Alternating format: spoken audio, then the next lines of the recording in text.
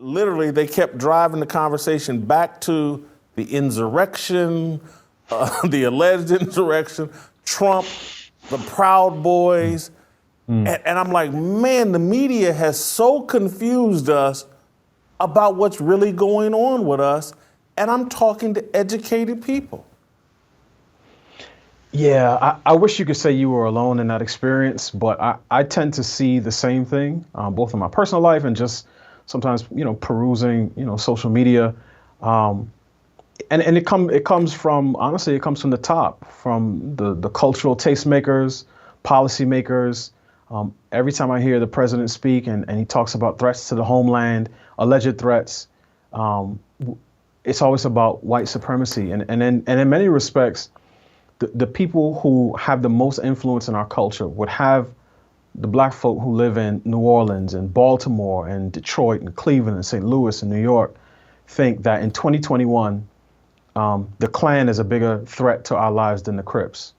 So that's why anything that they can tie to white supremacy, they jump on it.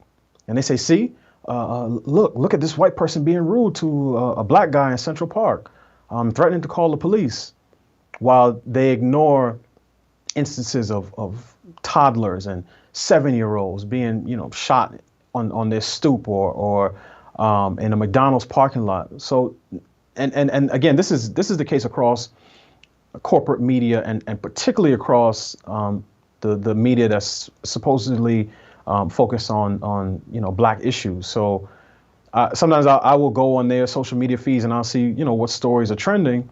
And they'll have a story about an alleged hate crime somewhere. And I can't find a single one about any story in which the perpetrator is not either a police officer or a white person. And I think that messaging over time, that continuous messaging, has caused not just the larger society, but particularly in the black community, to misassess the threats that are coming to us. And it's caused our elected officials to do things that they wouldn't normally do. Let me ask you and Uncle Jimmy a serious question. Do you think there's any way that, the elected leaders in, pick a city, New York, Baltimore, Chicago, would respond to an increase in homicide and shooting, right? If in the same way that they do today, if the perpetrators were white? Do you think if the Klan was the one shooting up,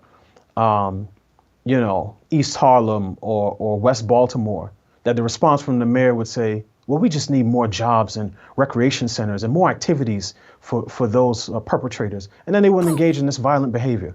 Of course not. So at the end of the day, what's clear is that our elites, and again, both in culture and in media and in politics, are more concerned with the perpetrators of crime, the color of those perpetrators, than they are the victims of crime.